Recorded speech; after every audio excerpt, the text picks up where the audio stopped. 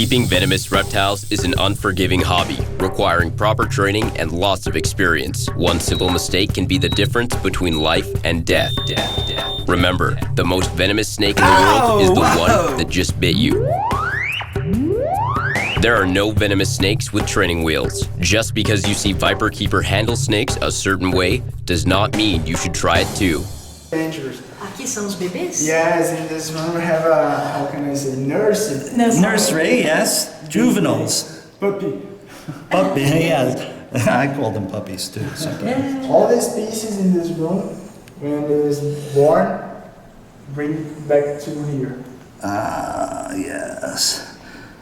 And as we were discussing, Bothrops is relatively easy to breed. Yes. Unlike some of the species I work with, you can almost kill yourself just trying to get them to breed. Wow. Well, pay attention because this room is a room of copulation. Tem como acender a luz? No, because this room have a inverse time. When here is day, out is night. All right, and this leucurus in this side, but no snakes in here. Não tem mais nenhuma serpente They solta. used to put leucurus inside, not to mate, but at the moment you don't have any snakes here. Yes, exactly. Okay. Okay, yeah. I have the reverse of day at my facility also, but mine is more for thermal reasons. In the northeast of the United States, it's very hot in the summer. It costs quite a bit of money to air condition the room. My room is insulated, but it is on the south side of the building. So during the day, the lights for the cages and the heat from outside makes the air conditioning run all the time. So in the summer, I have the lights come on at 17 or 1800 in the afternoon and go off at 5 or 6 in the morning. So the night they have the light, and during the day when the sun is up, it is dark and a little bit cooler in the room. And then in the winter, it's just the opposite. The nights are very cold, so I have the lights on, and during the day when the sun is up and it's a little warmer, I have the lights out. So, but I don't do it for breeding purposes. I just do it for cost saving. The money that I save for the electricity is quite large. Aqui nós temos. And in here we have a laundry room. Yes. And this is a quarantine. Right? Quarantine 1 and 2. For all the new specimens. Yeah, exactly. I have such an area also. Many plastic boxes. Pretty cool. Yep. Do you reckon it is the best, plastic is the best thing, substrate or whatever to keep snakes? You know, that is something that could be argued like football, you know? Many people will say, oh, well, you just put it on some newspaper, you give it a water dish, and it is happy. Well, I prefer to have some substrate because some snakes, like the burrow, are fossorial. Also, you can then just change the substrate and not necessarily the whole bin if it's easier to spot clean and just remove it. Because as you know, if you move a snake to a fresh bin, one of the first things the snake will do is defecate. Yes. So to do, you know, it's easier to clean that way. So I prefer to have, I use some hardwood substrate that doesn't have oils in it for, you know, depending on the snake. If it is a tropical snake, I use crushed walnut shell for desert snakes instead of sand. And I have no problem with the snake's ingesting the substrate with food. Simply, if the snake is well hydrated, it will pass it like normal feces. Because people ask me, oh, you're crazy because your snake is going to get all this substrate in its digestive tract. And I said, No. you tell me that this does not happen in the wild. It is the same. Exactly. And if the snake is not stressed and it's well hydrated, it goes through like everything else. So no big deal. And you see this type of substrate to this corrugated paper. Well, this is, certainly inexpensive. I mean, if you had to buy substrate like I did for 36 quarts, it's probably 2 kilos, is almost $20 US. No. So if you guys here would have to spend that sort of money, No way. no way. No way. So, yeah, it depends on the facility and you can do it. Sometimes I, pull my hair out also. It's like, oh, God, more substrate. I have to buy more substrate. But, I try, see, I don't keep it so austere. I dress the enclosures up with some plants and things for animals so they can hide and are not so stressed out. So my purpose is different from your purpose, and everybody does what's best for their animals and facilities. It's as simple as that. You might have specimens there, let's say very old and youngs as well. So. Yeah, everybody pretty much gets treated the same. Everybody gets some sort of substrate. There's very inexpensive substrate like the mice get that's made from the aspen tree because you can't use pine because of oils.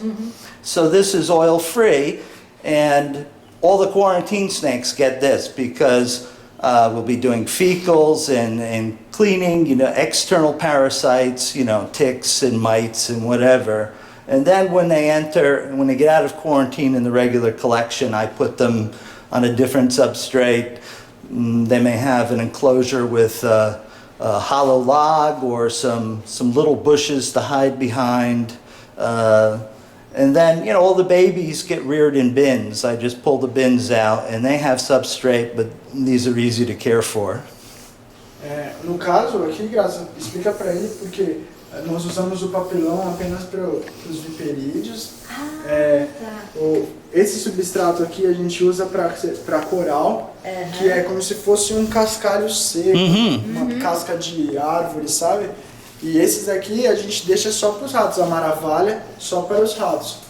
So you see, viperi, they don't mind about this type of paper, but coral ones are more, demanding, so that they keep this sort of rot or whatever. E a gente deixa Yeah, I mean, in the wild, that's where you would find them, in the rotting mulch in the trees, behind bark. Exactly. Okay. Quanto tempo vocês deixam o bicho na quarentena? 40 dias em uma e 40 dias em outra. How long do you keep your animals in quarantine? 3 months at least. Oh, okay, but it's only one, or you have first one, second? Oh, you mean you have an initial quarantine, then a secondary? I don't have a secondary. Não é 40 dias, é um mês. 90. Lá eles colocam 90. Aqui é um mês em um e um mês em outro. Isso. Yeah, just for my purposes, 1 is sufficient because the animal will it'll exhibit signs of disease within 1 or 2 months. Because one important thing is that when an animal is captured and brought in from the wild, it is stressed. So its immune system gets depressed, and any disease pathology then comes to the surface very quickly. So, I immediately, some species I don't even treat for internal parasites. I have Cryptolytrops insularis, the wet tar island pit viper. It's a yellow pit viper from Southeast Asia. It's found on one island in Indonesia. No one has found a good worming agent. And when they've come in the past, if you give them the standard agents to remove parasitic worms, it kills the snake. So I've had these for many years now, and I no medication at all. No problem at all. Passam também na quarentena. Elas recebem vermífugo?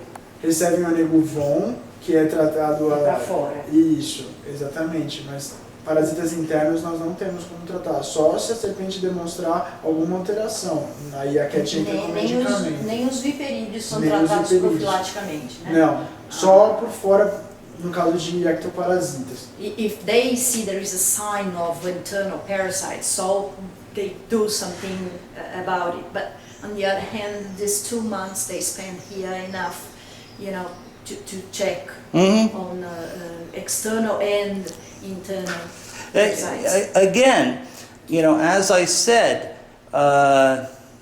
you know, these animals survive quite well in the wild without any treatment.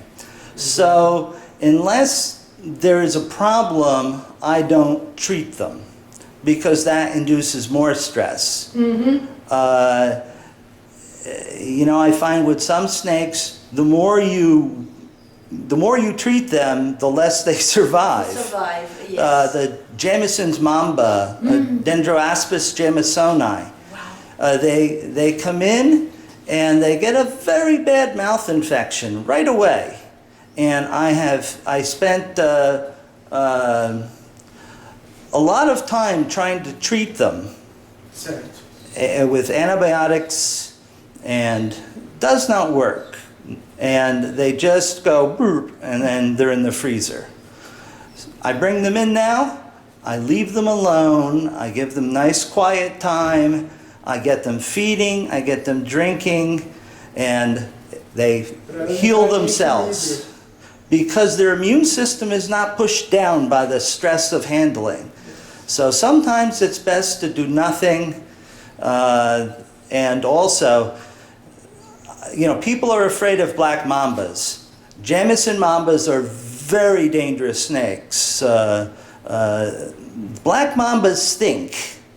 Okay? Jamison mambas are like on crazy, you know, they're like, we say in the United States, like crack cocaine. You're just nuts. Just unbelievable. So the Jamison I leave alone. I get them watering, I get them feeding. Now I water them by squeeze bottle, by hand. My snakes, even the wild snakes come in. Now, I don't do this with Bothrops. No, this is crazy to do with Bothrops. But the elapids and some of my viperids, I can water them by squeeze bottle, just this far, just a few centimeters from their face. And they don't bite. My theory is, and so far I've been right, if you don't frighten the snake, it won't frighten you. So I'll show you the videos on YouTube. Black mambas, green mambas, Jamisons, big vipers, no problem. Just right up close, just give them water. You establish a relationship with the animal, and I can handle my big black mambas, just move them from place to place with no fear at all. Wow. If someone else comes in, that's a different story. Oh, yes. But they know me, I am the keeper, I do not hurt them. Yeah. Yeah, they smell you and... Well, you know, people think snakes are very stupid. This is not true at all. They're very intelligent. You don't get a species that's 60 million years old that's stupid. Okay? That's the basic bottom line. They know me. When I come in the room, they behave different if I'm alone or I bring a guest. Decades ago, we had some people working here, and some of our colleagues used to say, whenever that person entered the room, the snakes, all of them stressed, they really recognize you. They do. From a distance, yeah, absolutely. You know, I don't allow them to climb on me, but I am not so afraid if they come close. because, you know, if you don't move, you don't make an abrupt movement, you won't trigger a strike. So, you know, if one is close to one hand, I'll distract it with the other. When it looks that way, I'll slowly move away. But, you know, Not attack. Not attack. No. And you will see this on my videos. I have over 300 of them, and people say I'm like a snake whisperer. I can sense their feelings and language.